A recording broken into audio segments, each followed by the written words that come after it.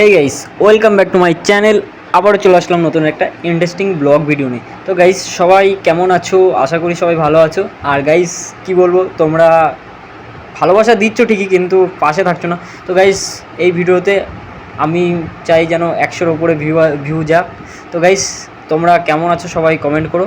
আর হ্যাঁ গাইস, আবারও চলে আসলাম নতুন একটা ইন্টারেস্টিং ব্লগ ভিডিও। তো গাইস, আজকে দেখতেই পাচ্ছ চুলগুলো বড় বড় হয়ে গেছে। তো চুলগুলোকে কাটতে হবে। তো দেখতেই পাচ্ছ কি বড় বড় হয়েছে পুরো। আর এই কাটতে যাব। তো ঘরে দেখছিলাম সবজি একেবারেই নেই। তো গাইস, বাজারে যাব। বাজারে যে অনেক কাজ আছে, অনেক কাজ। তো তোমরা পুরো ভিডিও দেখো, ভালো লাগবে। তো দেখতে দেখতে বাজারে চলে এসেছি। আর দেখতেই পাচ্ছ এত সুন্দর সুন্দর টাটকা টাটকা সবজি। আর সবজি নেওয়া হয়ে গেছে। তো ঠাকুমার জন্য কিছু মাছ নিলাম।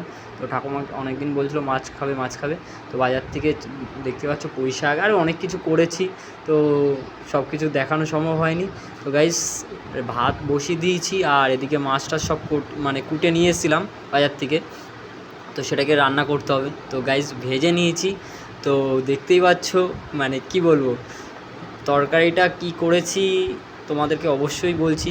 তো গাইস, তরকারিটা ঝাল করেছিলাম। তো দেখো, আমার রান্না তো আমার কাছে ভালোই লাগে, তো তাই না? তো দেখতে দেখতে দেখো রান্না টান্না কমপ্লিট করে, বাড়ির থেকে রান্না কমপ্লিট করে বাজারে চলে এসেছি চুলগুলো কাটানোর জন্য সেলুনে। আর এই যে সেলুনে বসে রয়েছি প্রায়, কি বলবো গাইস, 2 ঘন্টা বসেছিলাম, 2-2.5 ঘন্টা বসেছিলাম। এসছি 12:30 একটায়। আর বাড়ি গেছি প্রায়, দেখো গাইস, দেখতেই পারবে, একটুখানি ওয়েট করো। আর দেখতে পাচ্ছ আমার এই যে দেখো প্রায় 4টে বাজতে যায়।